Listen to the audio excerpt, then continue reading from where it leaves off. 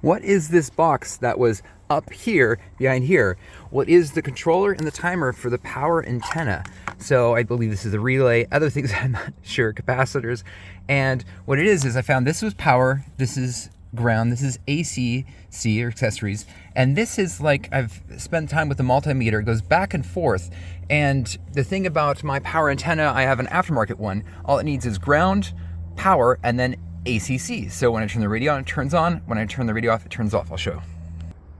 Also, my aftermarket antenna is around 20 years old, so it's timed almost, maybe about 18 years, so it's about time for a new one. But, so I have a separate AC line, and I didn't have power because I was running off of this right here, because I thought that would work, and it kind of sort of worked. It was a little slow. I was like, okay, that's fine. And it's worked for a while, but now it's time for a new one. So I have this hooked up for ground, and I have this hooked up to AC, and the C is no power there. Then when I turn the key on,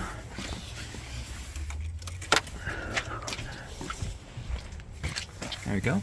It shows power, and if I go from here to this, is just hooked up to the battery. It also shows 12 volts, or almost 12 volts, 11.58. So that's how this works. Now let's go to the old wiring, blue with black and blue with red. It goes back and forth. So here we go.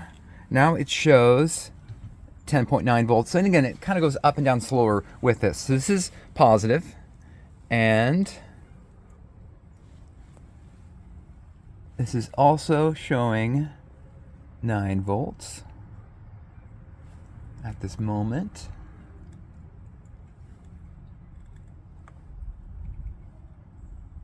Okay, so when I turn off the key, this doesn't change. And let's see if this changes now. There we go. So turn off the key, it goes down for the blue wire with the red line. And then a moment it will stop. I think it's around 10 seconds or so maybe. No, that one stays. Okay, and this goes back to positive. So I switch it over here. That's now positive. So check out what happens. So go back over here. Show it's low voltage. So back to the black wire. And let's go on. And now it shows 0 voltage. So it kind of is a teeter-totter system, if that makes sense. And just a moment, it'll go back up to almost 12 volts.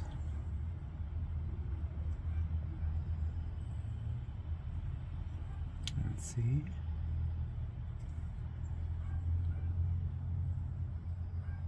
There we go. Back up to, well, 10.9 volts. And gonna switch over to this.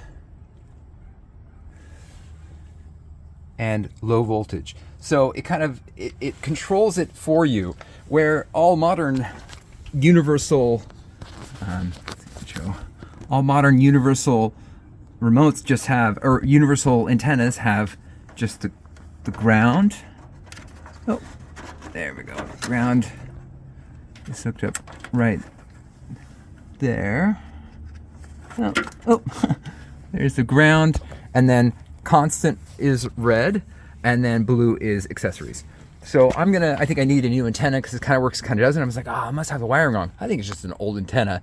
And then I'll probably run a separate small line with a fuse just from the battery. I might pull the power from somewhere else, but it's really close to the battery, and I'll just hook it up that way for the aftermarket setup.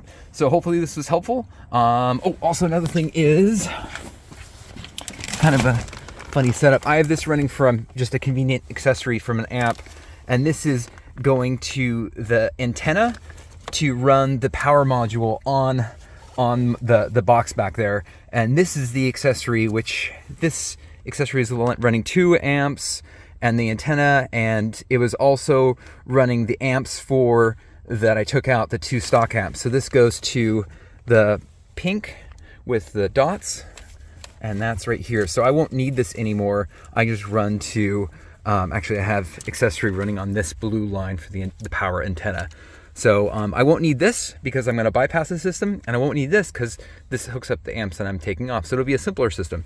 So I'll have a little bit more work to do, but yeah, hopefully this was helpful on what this mystery box does and what it is, and I absolutely do not need it anymore. So that'll be one less thing. I'll make sure the AC and power are unhooked, so I won't have to worry about this, but I'll probably just stick it back there. And these 2 amps that I took out, this is, I'll leave out. Oh, and this has 2, I don't know where the crossover is, but the tweeter does not have a high frequency, it's only high frequency. I tried to put a full range driver on the tweeter line. I took it right out of the tweeter line. It only had tweeters. So this is a 4-channel amplifier.